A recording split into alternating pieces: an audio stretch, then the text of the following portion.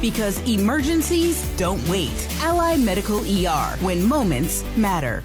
Nay, but unless it shares the same experiences, it's going to be a different person. Because we are kind of an accumulation of the things we've experienced in life. So if someone cloned me and they didn't go through their parents passing away, finding, their future wife in high school, they ain't going to act like me. It's a good point. Yeah, that's a good point. I'm trying to process this. Like, this has been a deeper conversation. Like, you guys have gone way deeper than I ever would have on this situation and on this scenario. It's crazy, man. It's wild. It is very wild. And I just think of me talking with me on a show. First of all, nobody else would get anything in. Right?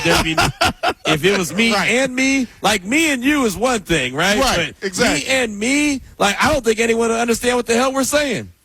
It would be entertaining. Though. What's funny is when Q and I went to dinner it was a year ago when we were in what's name. It was a moment when our wives looked at each other and was like, "This is crazy."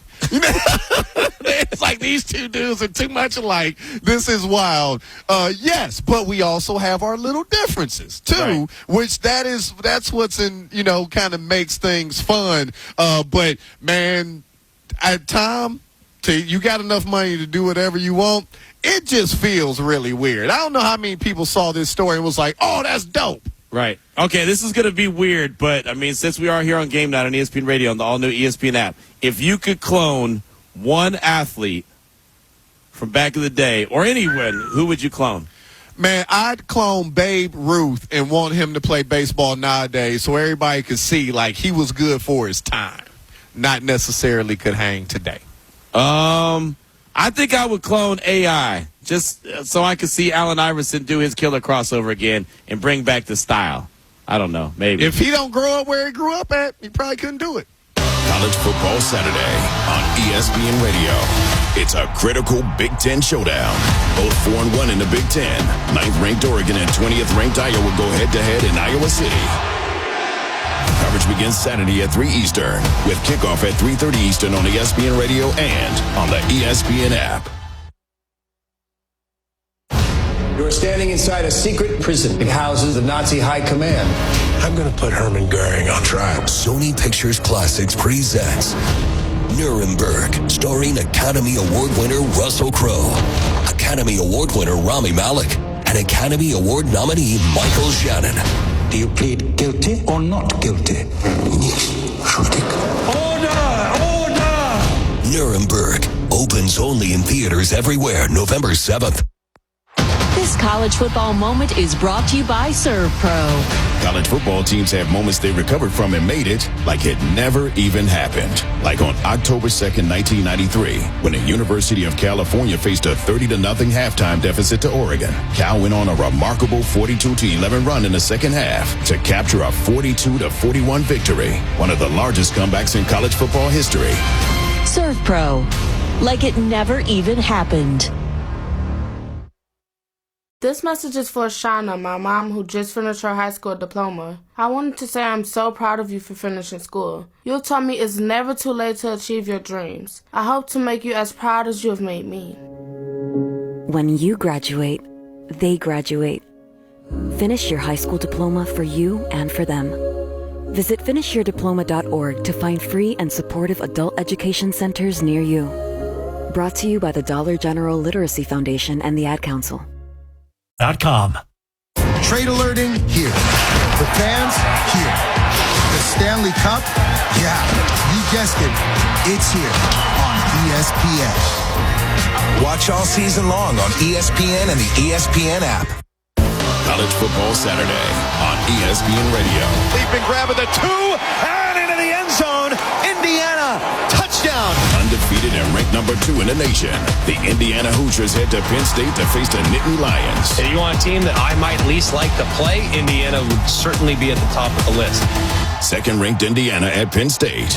Coverage begins Saturday morning at 11:30 Eastern, with kickoff at noon Eastern on ESPN Radio. Saturday, tune into SEC Network for a full day of SEC football coverage, starting at 9 a.m. with Marty and McGee and SEC Nation. Then, it's an SEC afternoon doubleheader, followed by SEC Saturday night under the lights.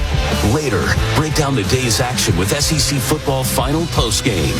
All-day SEC football coverage begins Saturday at 9 a.m. Eastern on SEC Network and stream on the all-new ESPN app.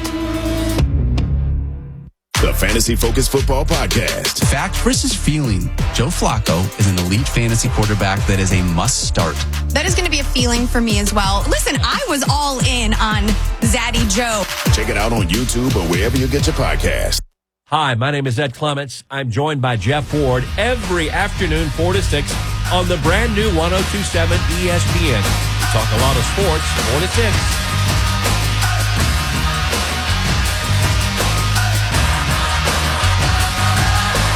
This is Sports Center. I'm Q Myers. In the NFL, Cardinals quarterback Kyler Murray, who's placed on injured reserve as he continues to rehab a foot injury he suffered in Week 5, according to head coach Jonathan Gannon. Gannon said the injury is not season-ending, and Murray will have a chance to return if his foot gets healthy. In the NHL, they have a 900-goal club. It only has one member, though, Alex Ovechkin, of course, right? The Washington Capitals star pushed his record total to a new level on Wednesday night, scoring against the St. Louis Blues to reach 900. That milestone came 2:39 into the second period. Washington won 6-1. In the NBA, the Lakers lead the Spurs 60-59 at halftime. Luka has 22 points, 7 assists, and 6 boards for LA. OKC, they're currently 8-0 on the season. They lead the Trailblazers 65-57 also at the half. A couple games that went final early in the association. The Cavaliers topped the 76ers 132-121. And the Pistons, they beat the Jazz 114-103. The Knicks took down the T-Wolves 137-114. Jalen Brunson had 23 points, 10 assists, and 7 rebounds for New York. And then the Rockets got the dub over the Grizzlies 124-109. And in Major League Baseball, the Atlanta Braves have exercised their club option on left-hander Chris Sale. He'll make $18 million in 2026. That's what a source confirmed to ESPN. For more scores and analysis, check out ESPN.com and the all-new ESPN app. Coming up, more game night with Emmett Golden and me, Q Myers, here on ESPN Radio. Coming up on the Thursday edition of Unsportsmanlike with Evan Cohen, Chris Canty, and me, Michelle Smallman. The Steelers are in first place, but they didn't make any moves before the trade deadline. I'll tell you if they'll pay for their inactivity. It's Unsportsmanlike, 6 a.m. Eastern, right here on ESPN Radio, ESPN2, and ESPNU.